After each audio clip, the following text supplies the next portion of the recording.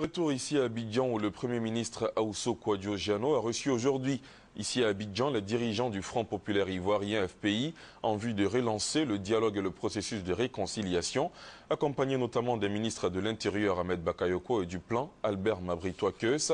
Maître Aousso Kouadio a accueilli la délégation du FPI conduite par son président par intérim Sylvain Miaka Oreto. Suite à cette rencontre, le chef du gouvernement a accordé 2 autres audiences, l'une à une délégation parlementaire allemande et l'autre au ministre burkinabé de la Communication, Alexis Ouedraogo.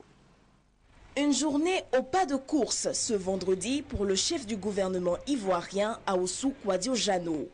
Bien inscrit à l'agenda du Premier ministre, 3 audiences, la première accordée à une délégation du Front populaire ivoirien avec à sa tête son président intérimaire Miaka Oreto. Une rencontre qui s'inscrit dans le cadre permanent de dialogue politique conduit par le gouvernement ivoirien. Aujourd'hui, les discussions ont beaucoup plus tourné sur la méthode d'approche qu'il faut mettre en place pour régler, discuter des différents problèmes.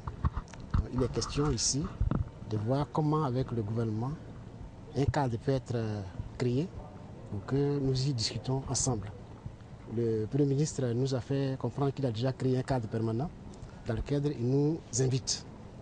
Nous avons pris note de tout cela. Il nous a remis un document et nous allons nous retirer, discuter et nous aviserons. Une autre main tendue du pouvoir à l'opposition. Fin avril, le gouvernement avait eu une rencontre à Grand-Bassam pour relancer ce dialogue républicain. Deuxième audience, celle avec la délégation de parlementaires allemands. Les questions de coopération entre la Côte d'Ivoire et l'Allemagne étaient à l'ordre du jour. L'annonce d'importants projets au profit des populations ivoiriennes aussi.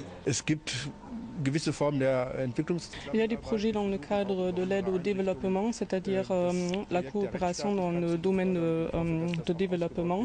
Il y a par exemple des projets qui portent sur le rétablissement de l'état de droit. Je pense que nous pouvons bénéficier des expériences les uns des autres.